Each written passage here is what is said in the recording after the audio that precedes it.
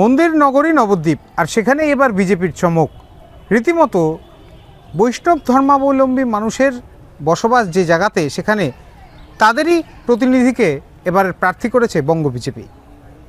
শ্রুতিশেখর গোস্বামী এই নবদ্বীপের অন্যতম এক পুরোধা এবং বিশেষ ধর্মীয় ব্যক্তিত্ব, আর তিনি জানাচ্ছেন মহাপ্রভুর দায়িত্ব তার কাঁধে, এবং সে কারণেই মন্দির নগরী নবদ্বীপে মন্দিরে মন্দিরে পুজো দিয়েই ভোট প্রচার শুরু করে দিয়েছেন শ্রুতিশেখর গোস্বামী। শুধু তাই নয়, আগামীতে তিনি জানাচ্ছেন এই নবদ্বীপের পুরোপুরি উন্নয়ন এবং থেমে থাকা উন্নয়নের অগ্রগতি তিনিই ঘটাবেন।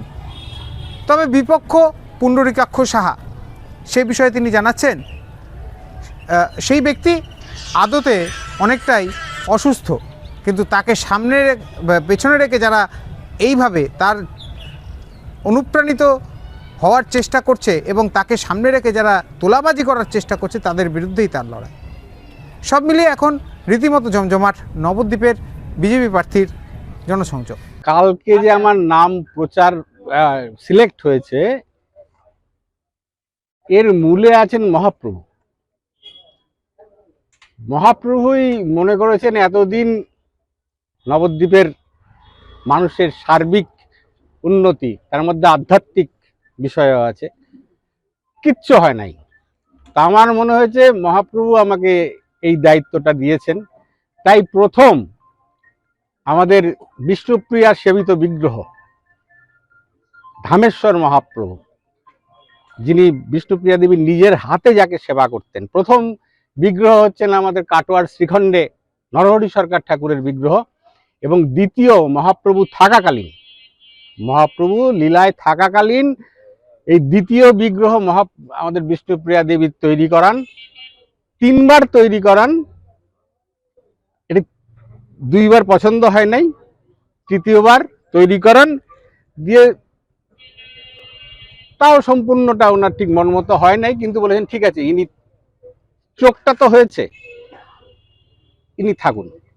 তো সেই যে বিষ্ণুপ্রিয়া দেবী নিজের হাতে সেবা করতেন যে বিগ্রহ, সে ধামেশ্বর নবদ্বীপের নবদ্বীপে আসলে ধামেশ্বরকে দর্শন করতেই হয়। তো সেই যেই মহাপ্রভু আমাকে এই সিলেক্ট করেছেন মানুষের সেবা করার জন্য, নবদ্বীপের ধামবাসীর সেবা করার জন্য, তো তাকে জানিয়ে আসা যে আপনি যে দায়িত্বটা আমাকে দিলেন, আমি এটি পালন করার আপ্রাণ চেষ্টা করব, এটা তাকে আশ্বস্ত করে আসলাম।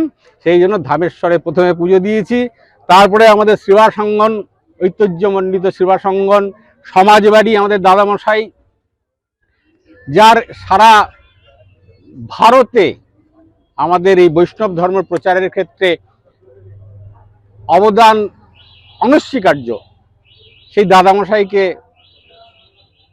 প্রণাম জানিয়ে আসলাম এবং বলে আসলাম যে আপনারা আমাকে সহযোগিতা করুন, আমাকে আশীর্বাদ করুন, যাতে আমি এই বৈতরণী উত্তীর্ণ হতে পারি।